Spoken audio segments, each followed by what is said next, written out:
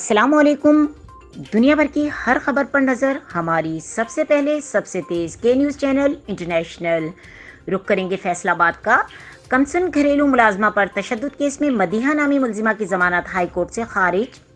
Eden valley میں مدیحہ نامی private school مالکن کی جانب سے 10 سالہ گھریلو ملازمہ ارم کو تشدد کا نشانہ بنایا گیا اور ملازمہ کے جسم کو استری اور گرم چھری سے جلایا گیا۔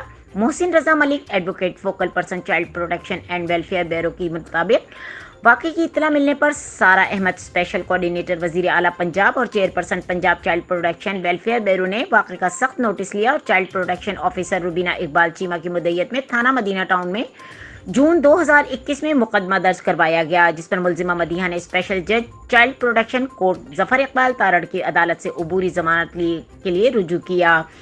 خصوصی عدالت میں محسن رضا ملک ایڈوکیٹ اور لا آفیسر عادل گوندل نے عدالت کو بتایا کہ متاثرہ بچی کی میڈیکل رپورٹ کے مطابق بچی کو بے دردی سے جگہ جگہ سے جلایا گیا ہے۔ ملزمہ ضمانت کی مستحق نہیں ہے، جس پر اسپیشل کورٹ نے ملزمہ کی درخواست ضمانت خارج کر دی تھی۔ بعد ازاں ملزمہ نے لاہور ہائی کورٹ میں درخواست ضمانت دائر کر رکھی تھی۔ جسٹس طارق سلیم شیخ کی عدالت نے دوران سماعت چائلڈ پروٹیکشن بیورو کی جانب سے لا آفیسر عادل گوندل نے عدالت کو بتایا کہ کمسن بچی کو ملازم رکھنا اور اس پر بے بہانہ تشدد چائلڈ پروٹیکشن لا کے مطابق سنگین جرائم ہے۔